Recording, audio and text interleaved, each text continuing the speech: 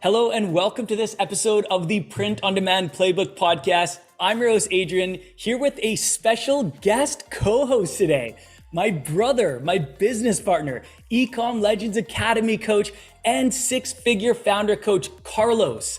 And in today's episode, we are talking about a free sales channel that you need to be on. We are talking about all things Facebook and Instagram shops, which by the way, is not the same as having a business page or running traditional Facebook ads.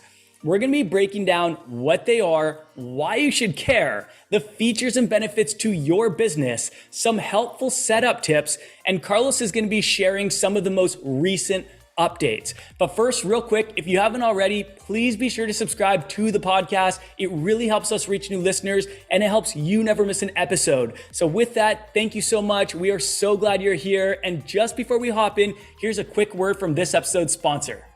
This episode is brought to you by Gelato, the world's largest print-on-demand network. Gelato enables individuals ranging from e-commerce entrepreneurs to artists and creatives to establish their own global business.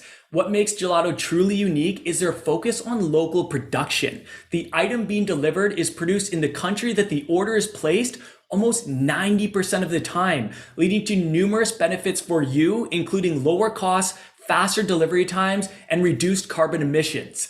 The focus on technology to bring together over 130 production facilities across 32 countries truly sets them apart. Not only that, they currently have the highest customer satisfaction score in the POD industry on Trustpilot.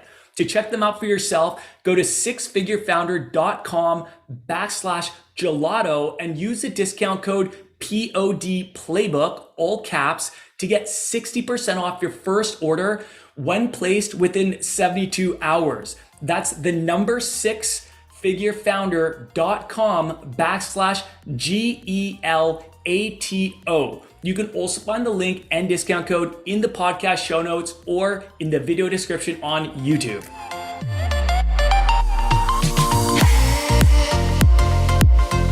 Hello everybody, Adrian here, and I am so excited because for the first time ever, my brother Carlos, who just happens to be one of the coaches for Ecom Legends Academy, our beginner coaching program for t-shirt and apparel brands, and one of the coaches for Six Figure Founder, our more advanced coaching program for t-shirt and apparel brands.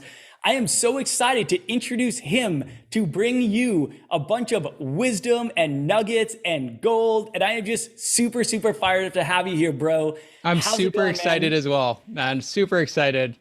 Yeah, let's kick it off.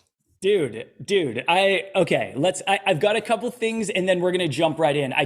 So one thing that I love to do is shout out Apple reviews because our listeners are literally the lifeblood of this podcast.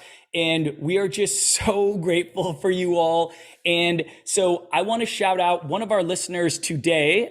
This is actually from May 17th. And this one is from Babawitch. That is definitely one of the coolest names of them all.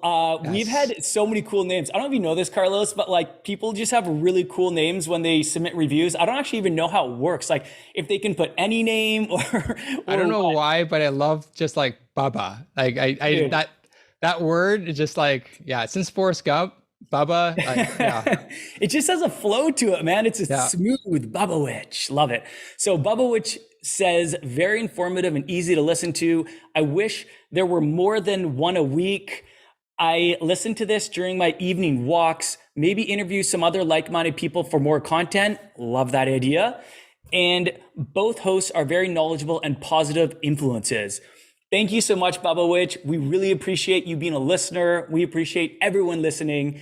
And the next thing I want to mention is that Carlos kind of flies under the radar. So he's like this kind of ghost in the machine. You don't hear much about him from Kerry and I, but he is like foundational. He is pretty much the fly on the wall. No, dude, you are foundational to both Ecom Legends Academy, and you've even done trainings in T-shirt Legends Academy, which is our beginner course. You actually did an entire module on Facebook and Instagram shops, 13 videos. on how to set it up, and all things Facebook and Instagram shops in T-Shirt Legends Academy. But also with Six Figure Founder, Carlos does so much. He does our podcast editing. He does masterclasses. He recently did an SEO masterclass, which was fire, if I do say so myself. Awesome job, bro. Yeah, thank you. And I just am really excited to have you here, man. Like really, really pumped.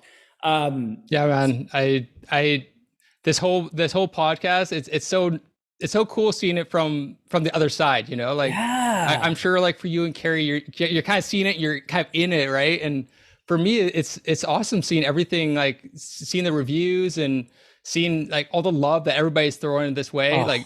I mean, we're trying to like really seriously add value to everybody for their shops and gain everything set up. And you know, for Facebook, Instagram shops, we've already seen like some amazing results from some of our students. And it's cool. So cool to be like finally be able to be talking about this. Yes. No, I 100% agree. I think this is overdue and I'm fired up. The last thing I want to say just before we jump right into the content and start getting into the nitty gritty is that by the time this episode is launched, Carlos, our Six Figure Founder 2-day workshop is going to be happening in just within like a week of this being launched. So, dude, I'm not kidding. I'm shaking. No, we've done it once. It was super fun. It was a private event. It was just for the closed communities of Ecom Legends Academy and Shirt School with Kerry. And it was so much fun. We've got such a good crowd in there.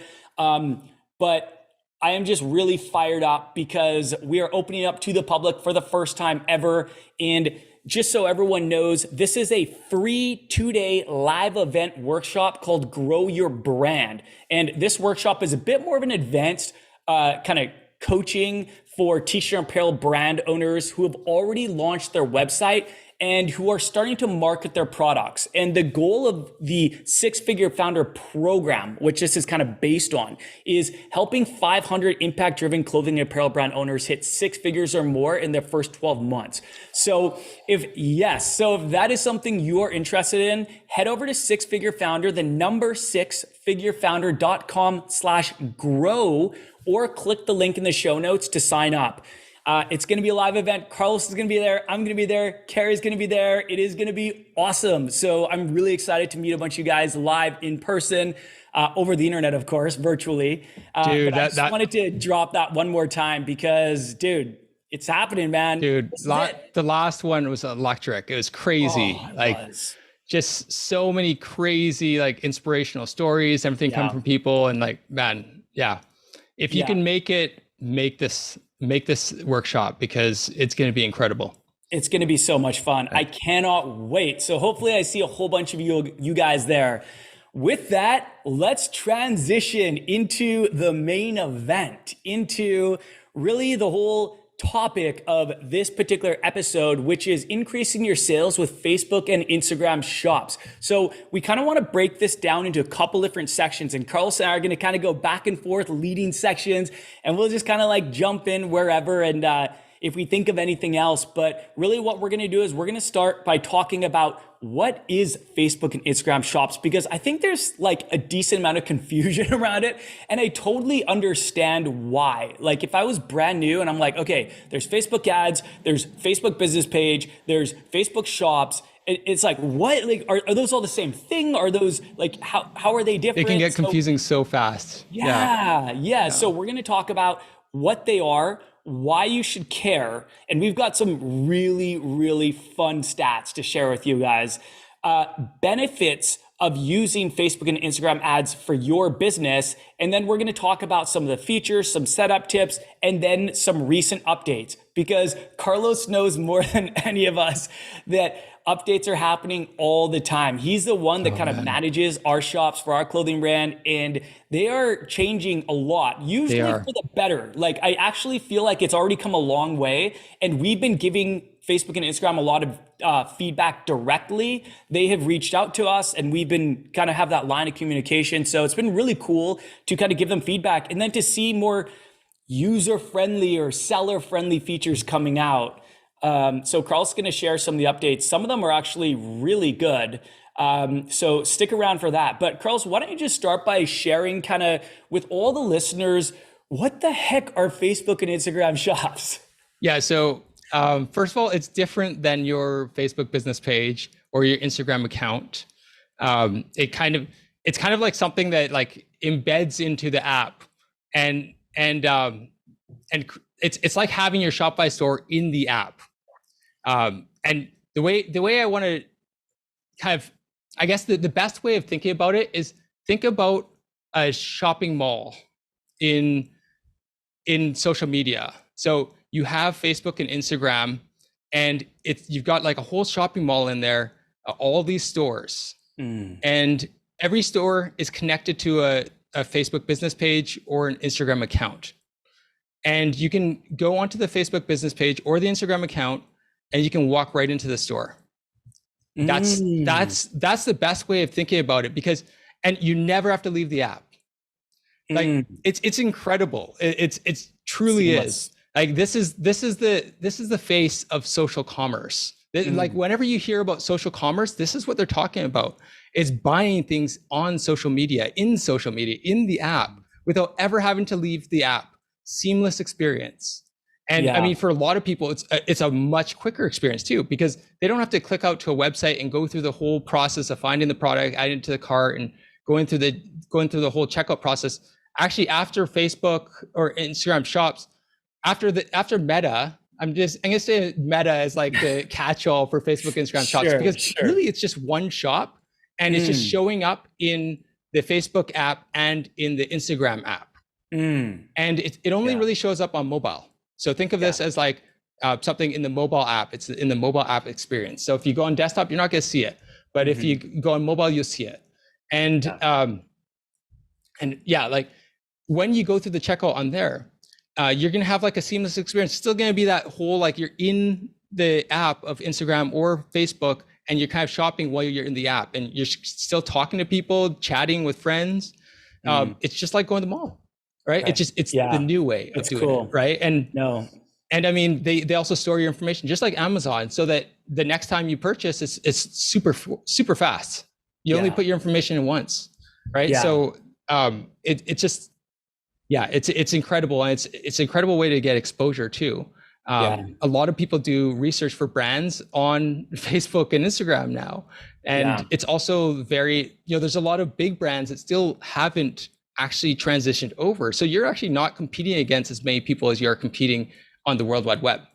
That's one thing I really like. Man, dude, there's so many things I like about this. First of all, I feel like it's a somewhat of a solution to the iOS 14 update. So just to really briefly, Apple came out with an iOS 14 update a while back, and it really affected the optimization of Facebook and Instagram ads, of most ads platforms. And essentially it gave users on Apple devices the option to opt out of tracking. And so what happens is when people go into an app like Facebook and Instagram can track everything they're doing in that app. But as soon as they click a link that takes, let's say you're a t-shirt or apparel brand, and you have a link in your bio that goes to your website. As soon as they click that link and they're directed to your website, Facebook and Instagram loses a lot of the visibility. And by losing a lot of visibility, they don't get as much data. And without as much data, they can't optimize as well. And generally, without optimizing as well, it can result in poorer performance, so less performance of your ads. But what I love about shops, so you can just set up a shop for free, which is awesome, or you can run ads to your shop. And what I like about shops is it's all in app, like Carlos mentioned. So the entire customer journey is tracked by Facebook and Instagram, giving them all that data, which products they clicked on, which they added to cart, which they purchased.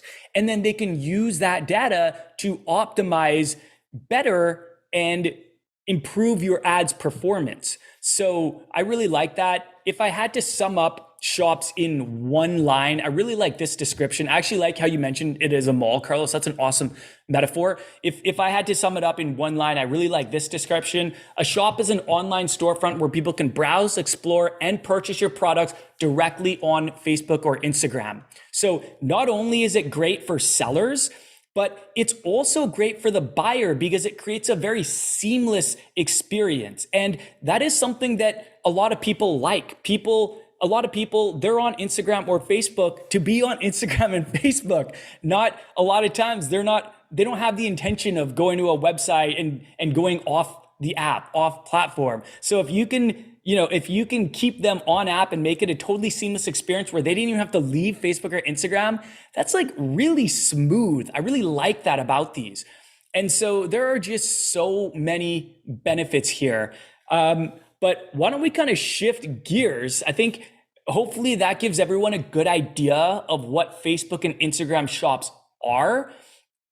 So let's move on to some of the statistics. Like, why should you care about Facebook and Instagram shops? And I just want to kind of drop some fun facts on you guys that'll hopefully inspire, if you haven't already, will hopefully inspire you to take action and set this up for your brand. Because guys, it's free. It's free. It's another sales channel. It's more exposure for you and your brand. You might as well use it. All right, so let's talk statistics. So I love statistics, but Facebook and Instagram were both in the top 10 most downloaded apps in 2022. That's huge. Like that, guys, that is 2 of the top 10, and you're gonna have a presence on both of these with your shop. Instagram alone has around 2 billion monthly active users, and Facebook has almost 3 billion monthly active users. So combined across both platforms, you've got close to 5 billion active users. Now, there are a lot that go on both, but there are also a lot of people that only go on one or the other. Personally, I don't go on Facebook that much. I do for coaching, but I rarely go personally. I spend way more time on Instagram. Maybe that's just me. But really,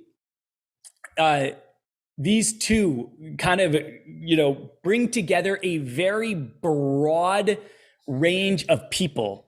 I think you also have to kind of think about the demographic too. Yeah. So like they bring a very different demographic. Mm-hmm. And it's crazy because when you look at the stats, it's something like, I think, so Instagram, I guess, is a app of choice for Gen Z. So it's like the favorite platform for Gen Z, right? And I would say older Gen Zs, because you got TikTok as well. So it's kind of like of the two between Instagram and Facebook, for sure, Instagram has a bit of a lower. Well, it's like 16 to 24 year olds. Yeah. And it's above TikTok for the favorite platform. Yeah. Which that's surprising. That actually is pretty impressive. And then for females, so for women, 25 to 34, it's their favorite. Yeah. Right. For males, 25 to 34, it's actually Facebook. And then for the older millennials, so like 35 to 44, it's Facebook as well. So the older millennials, Facebook, the Gen Zers, Instagram, and then there's a mishmash in the younger millennial group where the women are more toward Instagram and the men are more toward Facebook. And so it's like they're the top platforms for a huge demographic. Right. And so I mean it's incredible. Like you have access to both. And I think that the way of looking at like Facebook, Instagram shops is like it's not one or the other, it's you have both. You have access to like 2 of the biggest platforms, social media platforms in the world. And a lot of different people go on Instagram and a lot of different people go on Facebook. So these aren't all overlapping users, which is important to remember as well. So another fun fact, nearly half of people, and this is according to an Instagram trends research study, they say nearly half of people say they use Instagram to shop weekly. That's crazy. So my guess would be that those are Instagram users, in this that they studied in this research. But Dude, that's crazy. Like Instagram, it has become such a social shopping platform. Like if you're not on there and people aren't looking at your products on there, they're looking at other products on there. That's why everyone should have a presence on Instagram. That's crazy. That's actually Yeah. comparable. That's comparable to Amazon. Like you think about it and it's like, yeah, I could shop weekly on Amazon, like get something from Amazon because Amazon just has so much, right? And a lot of the major stores, they don't hold as much variety anymore, right, as they used to. Right. Right. And so, yeah, I mean, it's crazy when you think about that. Yeah. Here's another fun one for you. Businesses who leverage product tagging see 37% more sales on average than businesses that do not tag products in their feed posts. And I completely believe this. Like we have actually had so many free organic sales from tagging our products in shops. Not only that, we've received algorithmic favor, and we know a lot of other people that have received algorithmic favor. What that means, essentially, in short, is what it sounds like. It's when the algorithm kind of gives you favoritism, and Instagram tends to do this for new features. So it might be because it was a new feature. They like to promote early adoption of their new features, and there's less people using them. So you kind of get a benefit just from there. You get a leg out. There's less competition. But what we were finding is even when we were tagging our products to non-product posts, to like a content post, we would tag a relevant product to that content post. And many times we would get 10x the engagement in the forms of likes and comments. And that was consistent. And it does seem like maybe it's starting to go down a little bit. And that's probably because a lot of people are doing it now and a lot more people are adopting Instagram shops, but a lot of people still haven't. Like this is still a huge opportunity that just shocks me whenever I meet a brand that's been around for a while that's not on it, because I'm like, guys, this is free. This is exposure. Instagram is trying to promote this feature. Give the algorithm what it wants and you can receive some favor like we did. It's funny. I feel like I feel like TikTok has been getting a lot of the spotlight for the last few years. Mm-hmm. And I think that's kind of taken away from the spotlight of Facebook, Instagram shops and what is actually like the magnitude of what's actually coming with Facebook, Instagram shops. Yep. And yeah, like it's crazy. So many more people in the last few years have been talking about TikTok, and they haven't really been talking about Facebook, Instagram shops. Yeah. And it's crazy the sales we've seen on Facebook, Instagram shops. And so I mean, both like paid and free, right? Yeah. Both paid ads and free. It's become kind of like part of our core curriculum now, to get people onto Facebook, Instagram shops, because it's just so beneficial, especially if you do have a social media page like Facebook business page and Instagram account. It makes so much sense.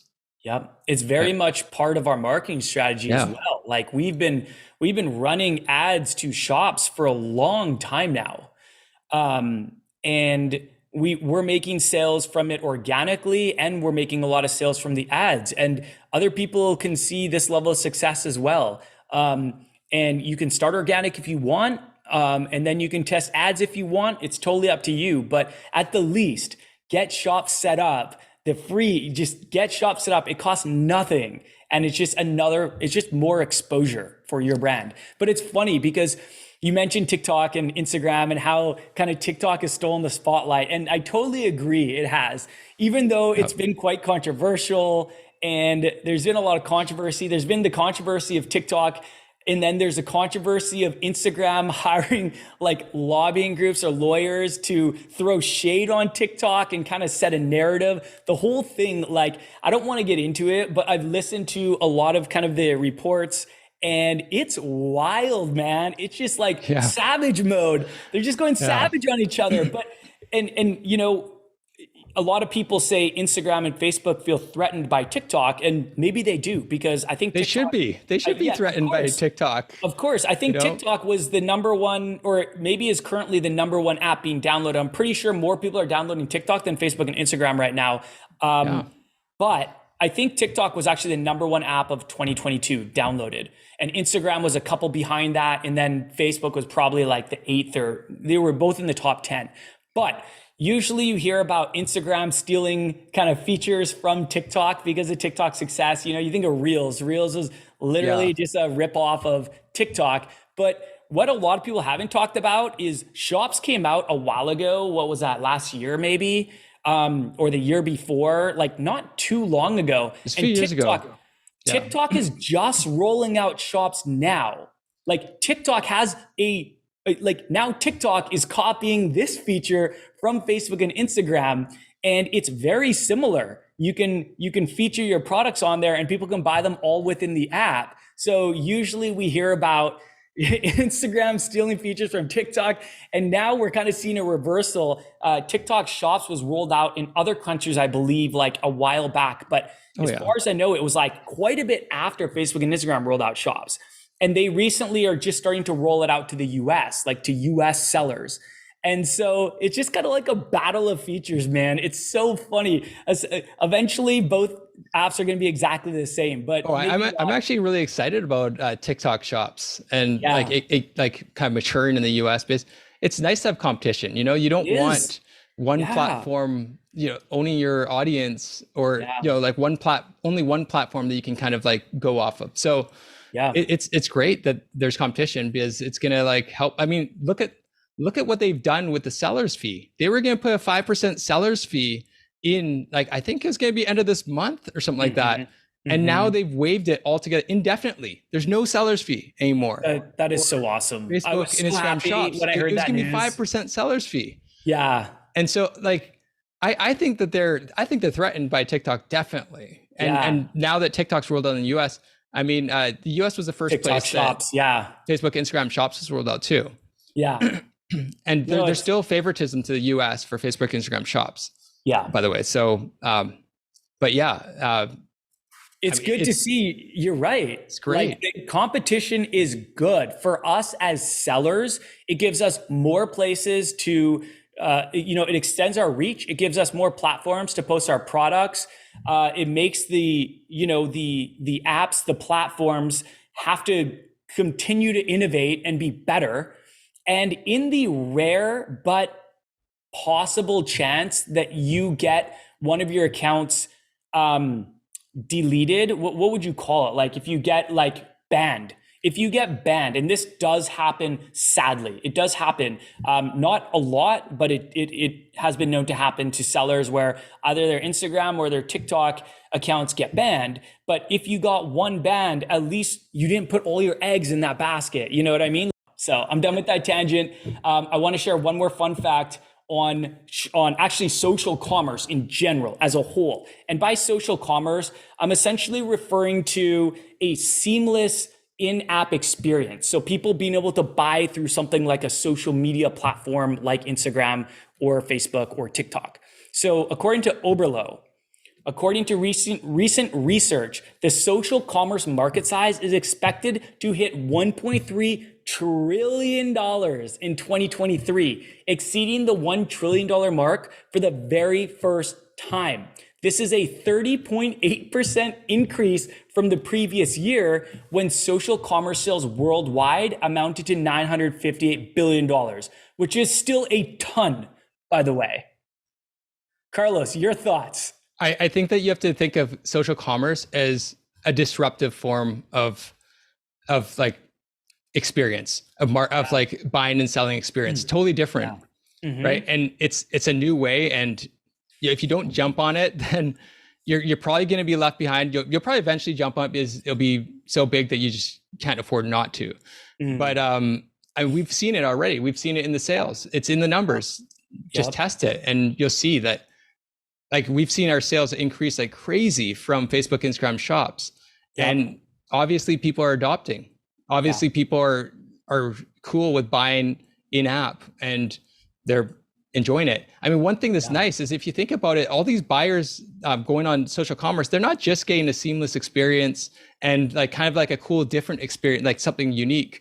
They're also getting like that same, I think that same trust factor that they get with buying off of Amazon. You know that if you buy off Amazon and and the seller gives you something like that breaks right away, you can go to Amazon and get a refund, or get them to reship a new product to you. That there's a minimum bar that they have to meet, right? And that if they don't meet that minimum bar, Amazon will step in for you, right? And that's exactly what they're doing. They're stepping in as well. Like if you look at the sellers' policies, they've got seller protections, and they've also got merchant protections, which is nice. I mean, wait, but just to clarify, you said seller protections and then merchant protections. Sorry, I mean buyer protections. Okay, that's right. Yeah. Just clarify. Buyer protections, and then they've got merchant protections. So it's pretty nice. Like it kind of like standardized everything. Like I think it's kind of like, when you go into a new website that you don't know, a brand that you've never heard of, and you're thinking about buying on them, you're kind of thinking, okay, well, like what happens if they never send it to me, or what happens if it's the wrong size, or if it's like, what happens if it's a faulty product or like a fake or something like that. And you don't know, like they could say they could say that they've got they've got buyer protections and everything there, but can you trust them? Like they're a small little brand, and they could be a scam, right? They could be just fishing for your information. Whereas like a Meta or Facebook, they're just fishing for your money, and then they just don't send any product. A lot of those exist, sadly. Yeah. And I mean, Meta or Facebook, Instagram, Meta's a huge company. So at least if they did do that, then there'd be a lot of trouble, and there'd be a lot of lawsuits, because it's actually worth it to sue them. It's not really worth it a lot of times to sue a little company, because like they might be offshore. They might be some little company, like one person brand in somewhere in Asia, right? Yeah. So that's a really good point. I really like that you mentioned that these platforms, they have more trust developed. Like these are users on their platform, people that have put in their information to become a user. And even though, yes, Meta does get bad press, just like TikTok gets bad press, there's some trust issues. And stuff. I don't think people like trust the privacy thing, but they obviously do trust that they can process financial transactions, because they've been doing a lot with Facebook Instagram shops. So it's a very used platform, or it's a very used feature. It's a lot of people are using this feature to make purchases. And personally, I would feel more comfortable if I went on a website that I'd never seen before, that I didn't know anything about, and I didn't see a lot of social proof. I didn't see, testimonials or user generated content. I might be a little shaky. They would need to kind of earn my trust in order for me to be comfortable making that sale. And I think that's with a lot of customers, that's how they feel. But I would be comfortable making a purchase in Facebook or Instagram, because I would think that if I made that purchase and had a bad experience, I could reach out, and Facebook and Instagram would probably, respond. I could let them know that it was a poor experience or something like that. And as far as I know, like they are pretty protective of the customer experience. Like they want it to be a good customer experience, or no one's going to use it. And that's the whole point. Case in point, like if someone asks for a refund or wants to return an item, you have to respond to them within two days, right? Yeah. If you don't respond to them within 2 days, they can actually open up a case with Facebook, and they can get a full refund and keep the item. Wow. So Facebook is pretty on the ball. Customer centric. But I mean, you should be responding to customers within 2 days anyways.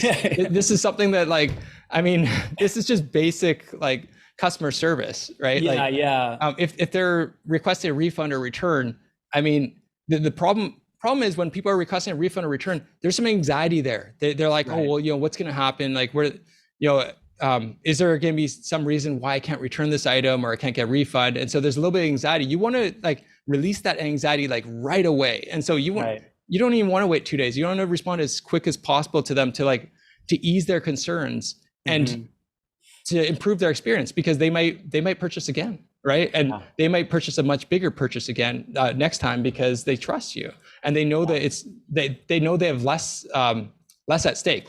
There's less risk. Right. So yeah, I mean, they're kind of pushing you to do what you should be doing already. Yeah. Yeah. But yeah. No, good stuff. Good stuff. I'm really glad you brought that up about the trust. So next, why don't we talk about the benefits to businesses? So if you have an online clothing brand, if you have an online t-shirt apparel brand, we recommend having your business on Shopify. That's a platform that we've always used and we recommend. That is an owned platform where you get to keep all that data. But I love to think of something like Facebook and Instagram shops or shop, meta shop, whatever you want to call it, as a complementary sales channel. This is kind of like, Etsy is a marketplace. They're all rented. Those are all rented platforms where you don't own a lot of the data, a lot of the information, but you can extend your reach there, and it can be very beneficial for your business, introducing your brand to people and getting them to become raving fans and loyal customers. So let's kind of transition to the benefits for your business as an online t-shirt apparel brand by using Facebook, Instagram shop. All right, so let's talk about the first benefit. The first benefit is that it helps you reach new customers, increase your reach, and drive more sales. Because really, as a brand, that's essentially the final desired outcome of being on social media, is to drive more sales. You want to grow your following, you want to build up a community of raving fans, and you want them to become customers. You want to use that. You want to leverage that for sales. So that is the first one. Next, it creates a more seamless customer experience, allowing Facebook or Instagram users to shop, add items to cart, and check out all without ever leaving the app, without ever leaving the platform, which we already talked about. So I'm not going to go any further into that. I personally think Shops is one of the best free sales channels within the last few years, in my opinion. Maybe some people disagree with me, but in our experience and in my opinion, I absolutely think it's one of the best free sales channels that has come out. And I'm always confused why more people aren't talking about it or leveraging it for their business, more importantly. That's really like, guys, please leverage this for your business. It's free. And there's a lot of benefits to you if you do. I feel like if you have a Facebook page or an Instagram account, it should be like a no-brainer, it's like, because, why not let them shop right on your page? And buy things right there. There's no seller's fee now. There's really not a lot of reasons not to do it. But I mean, I mean, we can go in there's other things too that you can go into. You can say, oh, well, and this is a hesitation that we had. We're like, wow, we can't actually fully control the customer experience. We can't put all these automations, these cross sells, upsells, everything. Yeah. And what's funny is after like $10,000 of testing in 30 days, within a 30-day time period, we found that the average order value was higher, the return on ad spend was significantly higher, and the cost per acquisition was significantly lower. And so on every account, positive things for someone running ads. And just to clarify what Carlos said there, we ran a test where we spent $10,000 in 30 days, and we tested letting Facebook decide if they should send customers or if they should run our ads, if they should send customers to either our website to complete their purchase or to our shop to complete their purchase. Is that correct, Carlos? Because you set up all that testing. Okay. And that's the data that came out of it. We found that when we gave Facebook the ability to choose where they sent people based on the information they had, on the data they had, they were essentially predicting where they thought the person was more likely to convert. And what we found is that the shop conversions outperformed the website conversions. Is that correct? Did I explain that right, Carlos? Yeah. And it was like a bombshell, we're thinking like, okay, at least our average order, like we thought, okay, well, maybe they might beat it because there's some algorithmic favor there, right?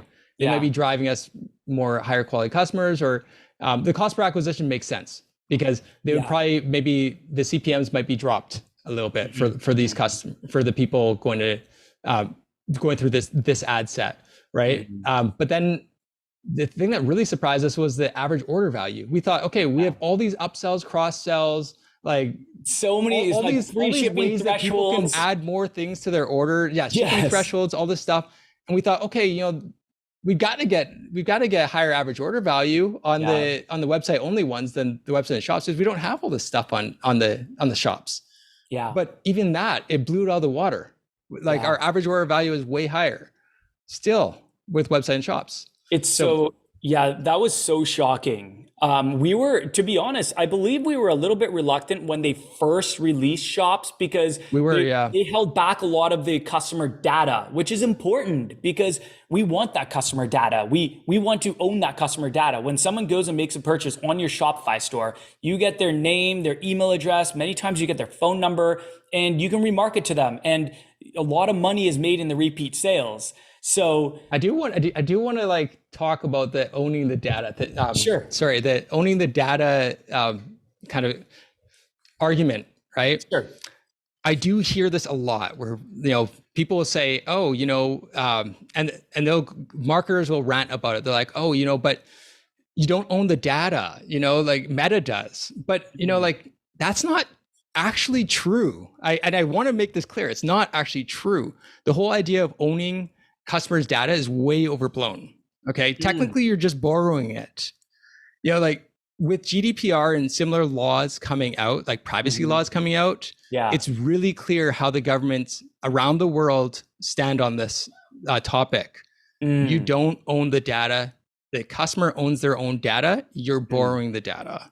That's a really even at that, like a lot of people were like, well, I could use the data, and it's like, well, okay, but the data is only as good. The data is only as good as the value you can get out of it.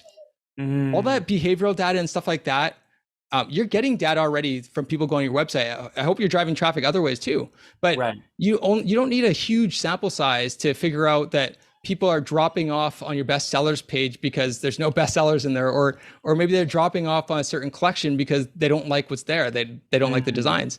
It's you don't need a ton of data for that. You don't need all the Facebook data and all your website data to figure that out. Very good point. Like the most important things are the emails and the SMS. Yeah. And if you go in your settings after you set up your Facebook, Instagram shops, and you select to opted in for the email marketing as like the default, then you like what we saw. We actually did a A/B test on this, and what we saw is that we saw similar opt-out rates, and you still get the data. You still, as long as you connect up the emails from Facebook to go to your Shopify store, then you're still getting that. You're still collecting the emails at checkout. The only thing you're not collecting is the lead capture. So like pop-ups, if you're doing a pop-up and you're giving them a deal, a discount, if they give their email, you don't have that on shops. Right.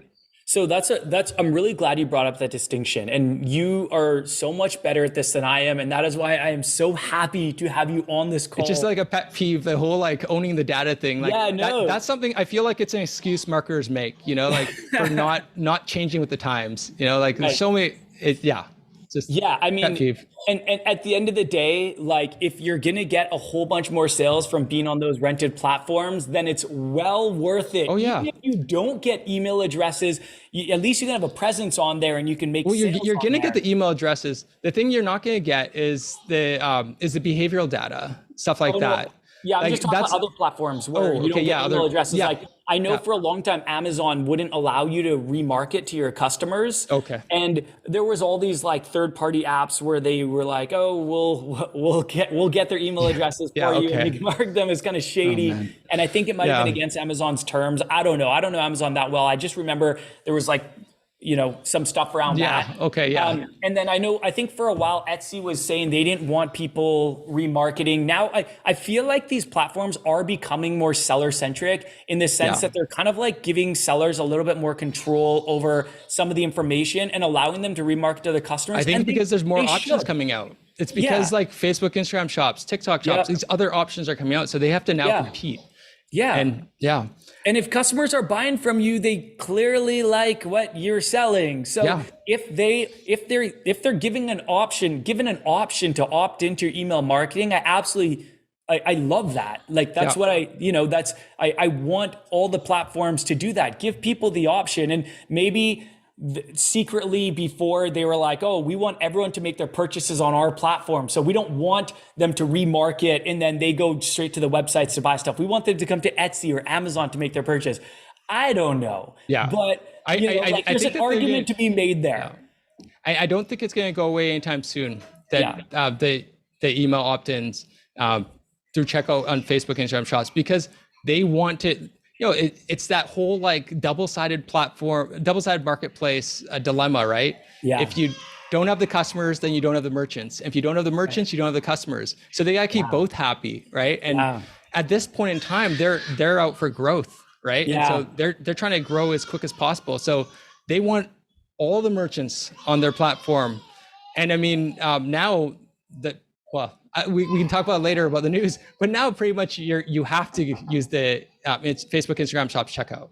Right. So we'll get to that. We will get to that. Yeah. But let's keep rolling through the benefits. I like your thoughts. I like what you said about owning the data. You're totally right. Like we are just leveraging information that we're provided, like most importantly, email and phone numbers to be able to market to people. So I hear my niece in the background there. Yeah, she's having a little, I think she's having a little temper tantrum. My cute little niece, that's okay. This is real life. This is real life, man. This is real life. She's close to the terrible twos. And I hear sometimes it starts early, like at like 1.5 or something like that. And I feel like it kind of did. But I mean, she's such a cutie, man. I can't wait to see her soon. But anyhow, getting back, she'd steal the limelight from both of us, I think. Put her on here, so. Getting back, exactly. It'd be a distraction.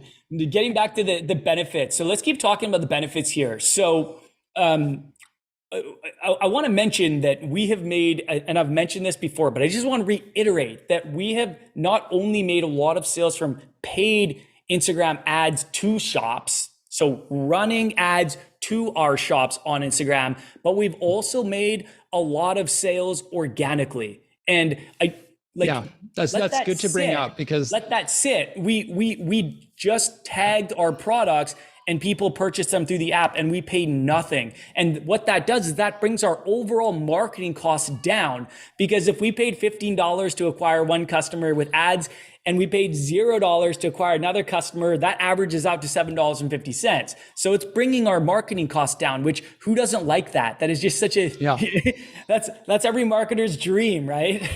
Yeah. Oh yeah. So, and I mean, they've got, it's crazy. Like Facebook actually has, Facebook, Instagram, Meta, they've actually got incentives too, to get people to shop in your shop. Sometimes they'll actually provide discounts to customers to get them to shop. Right. So I mean, like, and you won't ever know unless you actually go through Commerce Manager and like look at the transaction, see all the nitty-gritty details, because Facebook pays you out the difference. Right. And so they've got like all these other incentives to get people to shop more on Facebook, Instagram shops, on shops that are in their app. Right. So I'm really glad you brought that up, because it costs nothing when they give people a discount on our shop to purchase. It costs us nothing. Like Facebook doesn't take that away from us. And I thought that was so cool when I saw that they were doing that. I was like, this is amazing. They're doing promos for us and we're not paying for them. Yeah. So that was another cool thing. I'm glad you brought that. I don't think they're always going to be doing this. I think they're doing this right now because they're still trying to build up the platform. They're still trying to get more, like I said, right, that whole balancing act between like make the merchant happy and then keep the customers happy. It's like, they're trying to get more customers to buy so that the merchants start seeing those results. And I mean, there's also the algorithmic favor that you're talking about too. Yep. Right. So, especially with exposure, right? Like the exposure is huge. I mean, you were talking about earlier with tagging products. Yeah. And how it's like, okay, you might get 100 views or something like that for a product without a tag. And then with the tag, all of a sudden it jumps up to like 1,000, right? Like Like consistently, we were getting 10x the engagement when we tag products to posts, whether it's a product post or a content post. Dude, they're pulling out crazy. They're pulling out all the stops on this. Yeah. And I mean, like, you can either join now and ride that wave up, or you can like wait until it settles out. But once it settles out, these kinds of incentives, I think these are going to go away once it settles out. Yeah. And it's just going to be there's going to be a lot more people on there. There's going to be a lot more people. All the big brands will be on there eventually. Yeah, a lot of big brands. It's still going to be a while, I think, for the big brands to all kind of get settled in there.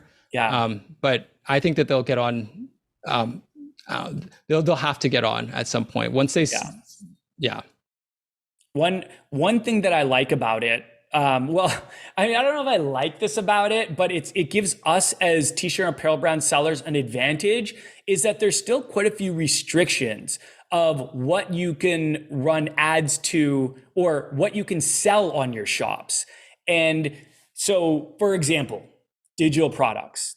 Correct me if I'm wrong, you still cannot sell digital products on shops. However, you can run Facebook ads to digital products, and maybe you're competing with maybe your clothing brand, when you're running ads, maybe there's some overlap with the audience that you're targeting. If you're doing broad targeting and then you're targeting and then someone else is selling a digital product and they're doing broad targeting, there might be some overlap, and that makes the cost of ads more expensive for both of you guys.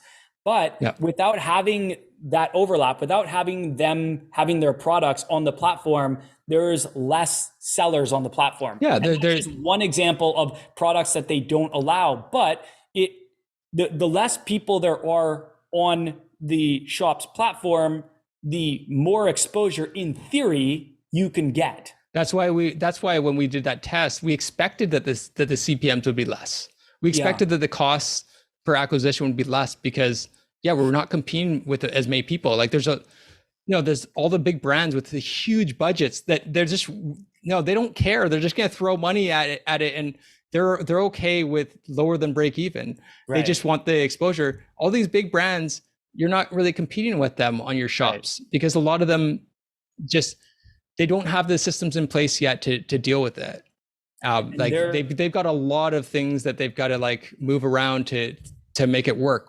Smaller brands are a lot more nimble, a lot more fast, and it's a lot easier to adapt as a smaller brand than a big brand. So not to mention the big brands, like I think you kind of touched on this, but they usually pour a lot more into ads than the small brands, which makes it more expensive for everybody. Yeah, because it's an auction system. And so if more sellers are running ads, or if sellers are spending a whole bunch of money on ads, which a lot of the big companies do, they just pour money into Facebook and Instagram ads, then that does bring the costs up for us smaller businesses. Yeah. And like you said, like nobody likes that. There's other products that are restricted on here, but you can run ads on the greater ad space to like website only. You just can't run it to shops. And so like, you've got less competition because all the people that sell digital products can't run ads against yours. In the shops. So I mean, makes sense. And that's why we're seeing good results, really good results. And I feel like you can still benefit from the first mover's advantage. We're all about the first mover's advantage. There are huge gains you can make. I mean, you think about some of the biggest e-commerce brands now, they were built off the back of Instagram. Like you think of the Pure Vitas of the world, you think the Blenders Eyewears of the world. There's so many kind of Insta brands that they've done an awesome job. Like these are absolutely incredible brands, and they're super successful. But a lot of their strategy, a big part of their strategy is they were early adopters of Instagram ads. I'm pretty sure Pure Vita was actually used as a case study for Instagram ads when they like first came out. And those innovative brands, they get that first mover's advantage, and that can really skyrocket your brand. So shops, without the big companies being on there, there's still kind of an opportunity there to get that first mover's advantage. I still think it's pretty early on. Like, yes, probably every day there's a lot more brands opening up shops in Facebook and Instagram. And just to clarify too, on you did mention this, but I want to like make it really clear, like this, because it's huge, the advantages that you have. when you're getting data from shops versus data from your website. Facebook can still get some data from your website. You can set it up so that so that Facebook is integrated into your website, so it's getting some data from it, but it's not going to get the level, like the rich depth of level of data that it's going to get from its own platform, because it has everything. Yes. So one thing that you're going to see when you start running, when you open your shops and you start running website and shop ads, is that they're going to be highly optimized in terms of their targeting and everything for the shops. When they're getting people to convert in shops, they know everything. Like they're tracking their behavior, everything. A lot of stuff that they can't really get from like a Pixel Fire, right? Right. And so like Pixel Fire, it's so primitive. It's like someone sending SOS signals, right? But the data they're getting is like this. This is like thick data, like everything. Like what do you call it? Like first party data? Yeah, I guess it'd just be the natural, like it's like data. It's like they're plugged right into the customer, customer's whole experience, journey. Right? Yeah, they're seeing everything from like the millisecond, whereas the data they're getting from from your Shopify store is going to be like SOS signals, right? Right. If they even get it at all. A Pixel Fire for a buy, a Pixel Fire for add to cart, like that stuff's great, but I mean, they've like what we've seen is they've been doing a lot better since we've had our shops and been running ads to our shops and website. They don't have just shops ads, but I would love to test those out. They did have it for a little bit as like a beta, I think. Yeah. And maybe they'll go back to doing those in the future.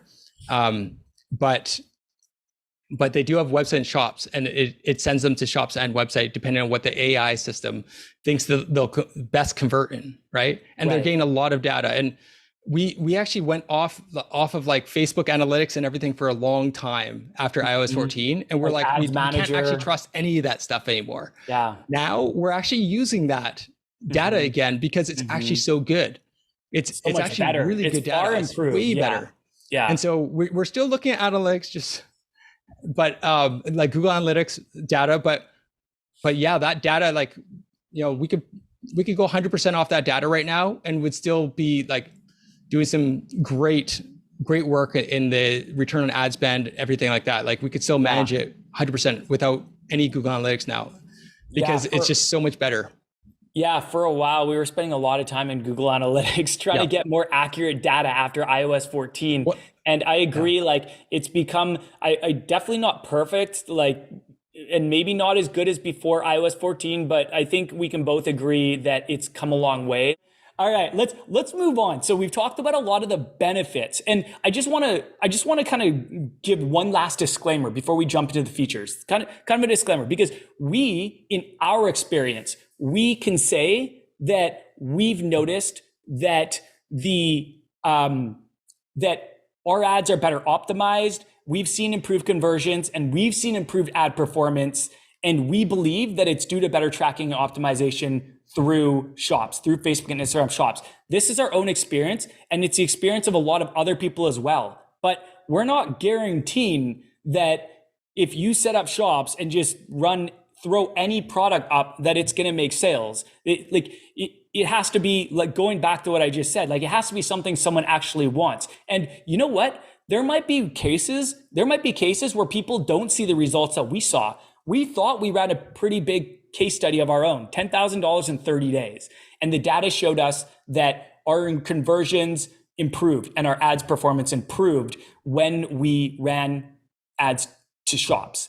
But it might not be the same for everybody. So if you run shops ads and you're having better results on your website, awesome. Cool. Do more on your website. Like, not everything works for everybody. And that's such a hard thing when teaching sales and marketing tactics. It's like, do what works for you. Whatever's making you sales, do more of that. And it might be different than other people. So I just want to kind of like share that disclaimer. We can't guarantee that you're also going to see improved conversions, ad performance. We can only speak from our experience. So why don't we transition over to features now? And Carl, so I'm going to kind of hand this over to you. I think we should kind of like browse through this pretty quick because this is actually getting quite long. I don't want this to be like a 2 or 3 hour podcast because I don't expect anyone to listen to a podcast for that long. So can we just quickly go through some of kind of the features of shops? How about I just go through like the main ones? Yeah, because like a lot of the features of shops, it's similar to your website. You've got collections, you've got products, you got product tags, things like that. The big features here are that you can actually now, once you have your Facebook, Instagram shop set up, you can now tag your products in your posts.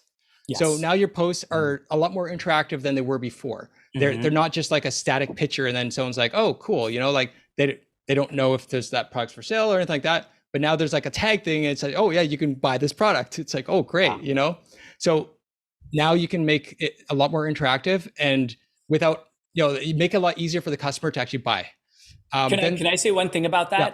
One thing I really like about that feature is it lets people know that you have products to sell. Yes. Because I think a lot of times you see content and someone's wearing a really cool shirt or they're wearing something really cool and you're like, oh my God, that's so awesome. Where did you get that? And they aren't even selling that. They just happen to be wearing it for the content. Yeah. And other times people will see your content and they'll like it. They might engage with it, but they won't even know that you're a clothing brand, like that you have physical products to sell, that they can get this shirt that is, in their niche, like something that, let's say you're in the hiking niche and you see some cool hiking content and they're wearing a cool hiking shirt, it lets you know that is available for them. Well, it's more natural too, right? Yes. Like it's less disruptive. Yeah, exactly. So like if you think about it, you can post a product, just the product image, and you can say $5.99, whatever, $24.99, $5.99. I mean, shipping, maybe. Yeah. But you can post the product image and make it like an ad, right? Yeah. Or you can have like something cool, like someone doing something or speaking or whatever, like something more lifestyle ish. And then it just has a little tag there so that someone's like, oh, that's a really cool sweater. And they click on the tag and they can actually see what it costs and everything like that. It's a lot more like under the radar, but it's still like, it lets them know that it's something that they can actually buy and get, and this is where to get it.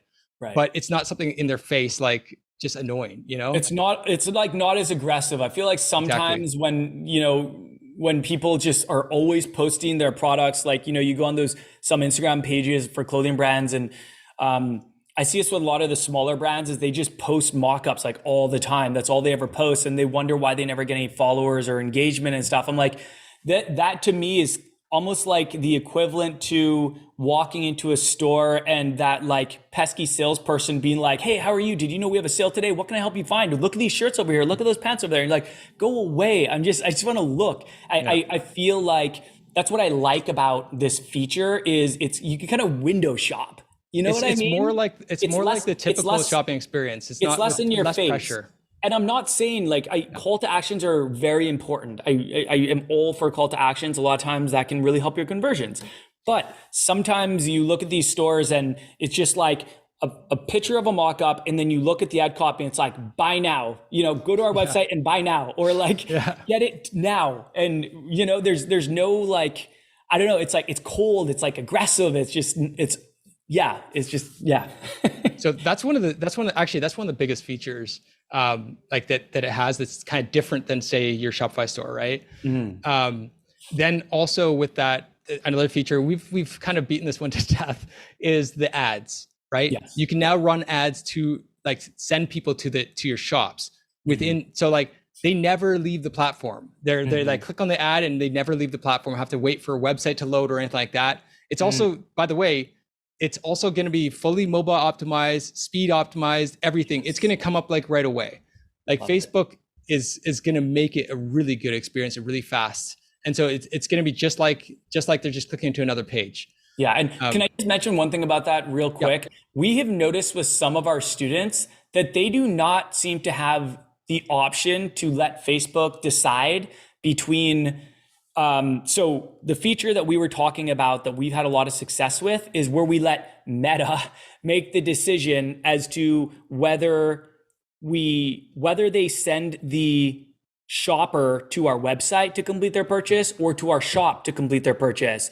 And we've noticed that for some reason, some of our students do not yet have that ability in Ads Manager. They But Carlos, haven't. maybe that's changed. In the past, yeah. Like, so I think in June, I think they rolled it out. They rolled it out US wide. Oh, good. So okay. I think Finally. now that's fixed. Okay, but, good. Yeah, like all the way up till May, I was hearing about students that didn't have that feature. It's what it is like when you're going through Ads Manager and you're selecting where the conversion location is, you select website only, or there's an option of website and shops. And it used to be like for like the beta, they were just kind of testing it with sellers before on beta. So a lot of sellers didn't have that access to that one feature to choose the conversion location to be website and shops, which just means that AI will decide whether it goes to whether that click, when someone clicks on the ad, whether sends them directly to your website or whether it sends them to your shops. And they didn't have that feature before, but I think now, from what I understand, a lot of the students now opening up new shops, they're seeing that feature like really quick. And so I think that in June they probably, and I think Meta maybe announced something that it's rolled out now. Good. I'm glad that you're on top of that and you know that, because it was like months that was dragging on. Yeah, like, you've had it was that a long feature time, for so long, and it was just so frustrating for our students. And I was frustrated that they weren't rolling out to everyone. I'm like, what's taking so long? People are having success with this feature. Let them have it. Let them have access to it. So I'm glad to hear that. Any other features that you want to mention, Carlos? So okay, there is something that I do want to mention that. So I did mention that that the checkout, so the Facebook, Instagram shops checkout. So it used to be that you could actually choose whether you get Facebook, Instagram shops, and when they go into your shop, if they clicked on a product to buy, then it'd take them to your website. It used to be that you had that option, right? But since June 5th, so like a few days ago, as of this recording, it'll be a little bit longer. But since June 5th, you no longer have that option. If you're setting up your Facebook, Instagram shops in the US, you're not going to have that option. So you're going to get the checkout through Facebook, Instagram shops. That's a huge update. Like that is so everybody's going to get that deal now. But with that though, for the people that do have it already, like they've got it set up with it sending to their website when they click on buy a product, then they can hold on to it for a little bit, I think, because Meta, like at least for the US shops. So for the US shops, I think it's April 24th, 2024, that they're going to stop servicing those shops altogether. Interesting. I would say like it's not really a point in holding on to that one. There's so many benefits with using the Facebook, Instagram shops checkout and getting all that data and the full experience and everything in there. Giving the customer a better experience. And giving the customer a better experience. I think that it's not worth it to hold on to that, but I know that some of the bigger brands will probably hold on to it because some of the bigger brands have onboarded, but they haven't onboarded with the checkout because that's something a little bit different for them. Slow to adopt. But still, like there's still a lot of big brands that haven't, just to be clear. Right. But yeah, so it's not going to be, it's no longer being like your Facebook and Instagram shops will no longer be accessible after April 24th, 2024, if you still have that set up that way and you haven't enabled the Facebook, Instagram shops checkout. And there's no reason not to. That they're not charging you the 5% sellers fee anymore. Right. So I mean, and it is a better experience. You know, you're going to get better data into Facebook, so that if you do want to run ads and scale, then you've got the data there. Right. That's a big one. August 10th, I think all the other shops outside just the US based will have to be checkout enabled. 2023? 2023. Okay. That's in August. then so that's a huge one, because it used to be that there's two different tiers of like how you could have Facebook Instagram shops. It's like you can have Facebook Instagram shops without the checkout enabled. So like people would have to click through to your website to buy because they couldn't check out on Facebook Instagram shops to complete the purchase, correct? Like they purchase, shop on your shop. You can see your products tagged and whatnot, but as soon as they want to complete the purchase. There's also other things too. Like there's more details and stuff with the, like you get your reviews and everything, like your stars reviews and all that other stuff. There's a lot more rich data when you have your checkout enabled, because they have all this data and they pull it in. Right. And so like they did make it a lot nicer if you have the checkout enabled. So it did look a little bit different. I'm actually glad you brought that up about the stars, because I think a lot of people don't know this, but like you actually get reviews. Like Facebook and Instagram tries to get reviews from customers who purchase through shops, and this is amazing. They've been pretty good at it too. They're good at it. They're like Etsy. Like they're just way better than most websites are at collecting reviews from customers. Yeah. And these are these are unbiased reviews. You can't these are third party handled, whatever it is, you can't change these. Yeah, and these reviews can really affect your business in a good way or a bad way. But if you're giving a good customer experience like you should be, then you should be collecting good reviews, and that's going to help build trust. It's going to be great social proof, and it's going to in most cases improve your conversions. Yeah. Any final features that you want to mention? Okay, so I don't know if you've ever mentioned this, but the returns feature was bunk before with Shopify. If you're on Shopify and you're trying to return, there's this whole issue of like you couldn't deduct the shipping fee, because Meta makes you, if you accept a return from a customer, then Meta says that you have to provide the return shipping label. So you're buying the return shipping label, and they said it's okay to deduct it from the refund if you're refunding them.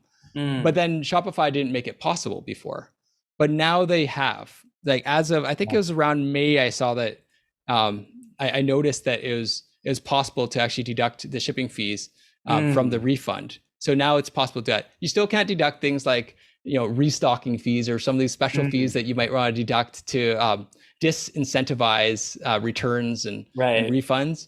But that's huge, because I think that that's fair. I think that you should be able to deduct shipping fees, especially if it's not your fault, if it's just they have a change of heart or something like that, Yeah. So and that's that was a big one for us, because we're like, oh man, it's just so annoying that we couldn't deduct, even though it was in our policy and everything. Even though Meta allowed it, Shopify didn't have a way of doing it. They now do. It's definitely I feel like the features are getting more seller friendly, which is really awesome to see, because we're important. The sellers are important too. Oh yeah. Like Facebook and Instagram, if they want to have success with shops, they need people who are going to sell their products on it. And so it's really nice to see them rolling out these more seller-centric features. And maybe some people, some early adopters tried it and had some bad experiences with some of these things, and they've improved. And if you are one of those people, I would say give it another shot. It's probably come a long way since you tried it. If you were one of the really early adopters, like we know it's come a long way. We did not, it was rocky at times. There were times where we were like, is this even worth it? We were getting super frustrated. It was causing us a lot more work. And we had to train our virtual assistants on it and our customer service people on it. And we still haven't even fully trained them. No, because it keeps changing, but it keeps changing, but it is getting better. It's usually changing for the better. It's changing for the better, at least. So that's good. But anyhow, any other features before we wrap things up here? No big features there. That was also giving some recent updates as well. Dude, that was the final. So the final thing we were going to talk about. We've talked about everything. We've talked about. We haven't talked about setting it up. Well, but I could give you the checklist for that, right in a minute. It's pretty easy to set up. I'm timing right now. 60 seconds. Okay. You're at the clock. Go. You just need to complete your Shopify store. And if you don't have a store, you just go straight into Commerce Manager. you're going to have your Facebook business page and your Instagram account. And then I'm going to say Shopify route, because that's the one that we're always training people on. Most people are doing the Shopify route. You're going to want to install the Facebook and Instagram sales channel on your Shopify store. Once you have your Shopify store set up, so like you got your policies in place, like refund policy, all that stuff that makes your Shopify store legit, your payment processing with Shopify payments, then you're going to install from the App Store the Facebook, Instagram sales channel, and make sure you don't install the one by, make sure you install the one by Meta. And like, there's a lot of fake ones out there that say by Meta developers or by whatever.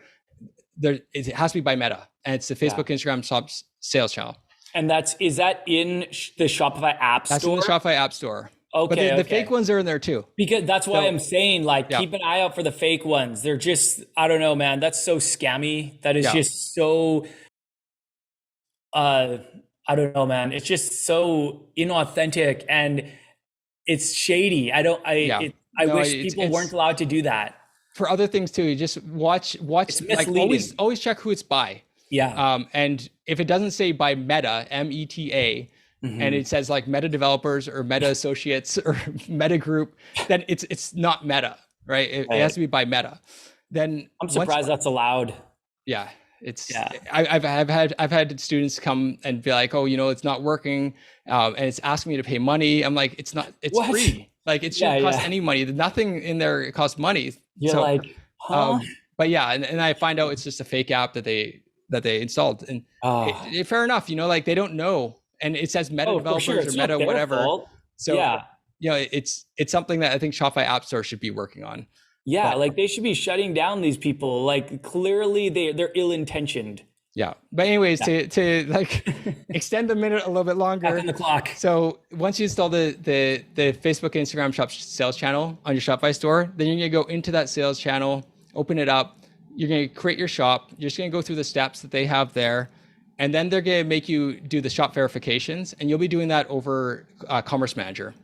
And so you'll be finishing the shop verifications. That's just to make sure that your store is legit. Like, so you've got all the documentation. If you're a LLC or whatever, you've got that documentation, or it can be found in the public records. And then after that, once you do the shop verifications, that's what they call it, but it's really a business verification. Make sure that you exist and that you're actually a real business. Then you're just going to make sure to set up all your settings. So you're going to set up your processing time, your shipping times. You're going to set up your refund policy, what you want that to be. And then you're going to pre-select that option to email opt-in for the checkout. And those are the big things. But that's it. It's really actually, like, on a high level, it's pretty simple. People get caught up sometimes in little minor details. That's why we create like these like full fleshed out tutorials and courses and stuff. But really it's a simple concept. They keep it pretty straightforward. As they should, because a lot of us sales and marketers, we're not technical people. I know there's some out there, but I don't consider myself technical. And so setting up these things, if they make it complicated, you get so frustrated and sometimes you just give up. You just get discouraged and you give up. So I'm glad that they made it easy. So guys, this is simple. It is simple. So we highly encourage you to set it up. So we were going to end off with recent updates, but we've already talked about them. We've talked about the recent updates. And dude, by the time this comes out, there's probably going to be even more. Like there's always new updates rolling out, and features are getting outdated, or they're changing, or they're getting rid of them. This is just software. This is kind of, any program has updates. You think about Instagram, they have algorithm updates all the time. TikTok has algorithm updates all the time. That's why you always have to update the app on the App Store. A lot of them, they're making these changes. So the two that we were going to mention, the big two right now, were that fees are being paused indefinitely. They were supposed to come into effect on June 2023, and Meta changed their mind. They're no longer, they got cold feet. Yeah. As far as we know, ever, like indefinitely. Like they kept pushing back the date that they were going to charge fees. And I was like, guys, jump on this platform, because eventually you're gonna have to pay fees. Take advantage while it's free. It's like a 5% seller's fee. That's a lot. Yeah, that's a lot. And now it's free indefinitely. So even just jump on. And now you don't have to worry about the deadline, but I still encourage you to get on as soon as possible. And then the second thing was that changes coming to the checkout, where you can no longer direct people to complete their purchase on your website. Just to sum up those two big changes. But Whew, man, dude, we covered a lot. Like, this has been a dense episode. I don't know how else to like put it. It's been really kind of meaty. And hopefully people don't feel overwhelmed because we keep, I want to keep reiterating that this is actually pretty simple. We're just trying to share with you guys as much information as we can pack into an episode, because we want everyone to be successful and we want everyone to have this feature set up and we want to see you guys make sales on it. So I think we're going to end off there, Carlos, unless there's any final words from you. No words. Cool. Well, this has been a lot of fun, man. Dude, I am so happy that we had you on. This was the first time. It will most certainly not be the last. I can't wait to have you on. We've already talked about other ideas for future episodes that we're going to have you on. So thank you so much, bro, for being here. And I actually mean bro. Thank you so much for being here. I really appreciate you. And thank you everyone for listening. You guys are awesome. Take care.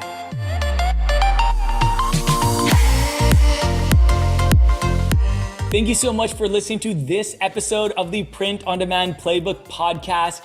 If you enjoyed this episode, please leave us an honest review on whichever platform you are listening from. Or if you are watching this from YouTube, throw us a like, a comment, follow us on YouTube. We really appreciate it. Thank you so much again, and we will see you very soon.